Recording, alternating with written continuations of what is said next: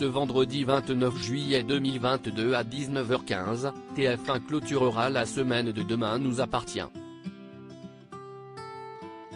Une nouvelle fusillade éclatera contre Samuel. L'équipe de Martin déterminera que Diane, l'ancienne employée du Haras, est liée au drame. Dans les prochains épisodes de Demain nous appartient, la police fait éclater le secret de Paul, Rotem Jackman.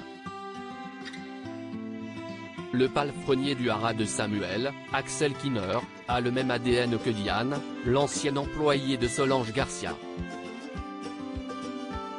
Il est arrêté et placé en garde à vue. Martin se charge d'interroger Paul, qui passe aux aveux concernant sa double histoire. Les aveux de Paul dans Demain nous appartient. Paul confesse qu'il est né Diane. Dès son enfance, il a découvert qu'il était dans un corps qui ne lui correspondait pas. À l'âge de 16 ans, il a révélé à ses parents qu'il était transgenre.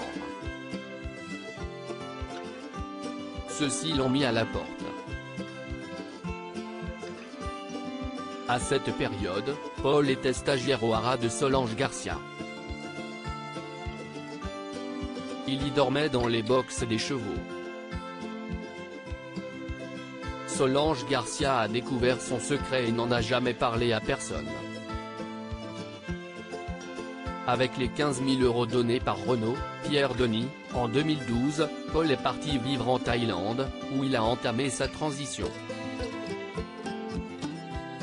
De retour en France, il n'a pas effectué de changement d'état civil. C'était au-dessus de ses forces de devoir se justifier devant le juge. Martin reproche à Paul de ne pas leur avoir dit la vérité dès que son équipe s'est mise en quête de retrouver Diane. Paul assure qu'il a paniqué. Paul a-t-il tiré sur Samuel? Paul est ensuite confronté à la découverte de son ADN sur la carabine. Il nie toute implication dans la fusillade contre Samuel.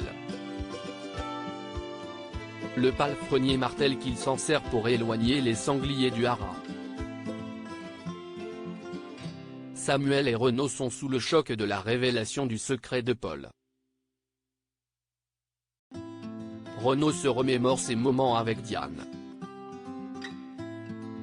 Il comprend mieux son mal-être. À l'époque où il était encore Diane, Paul avait tenté de mettre fin à ses jours. Demain nous appartient est à retrouver du lundi au vendredi à 19h15 sur TF1.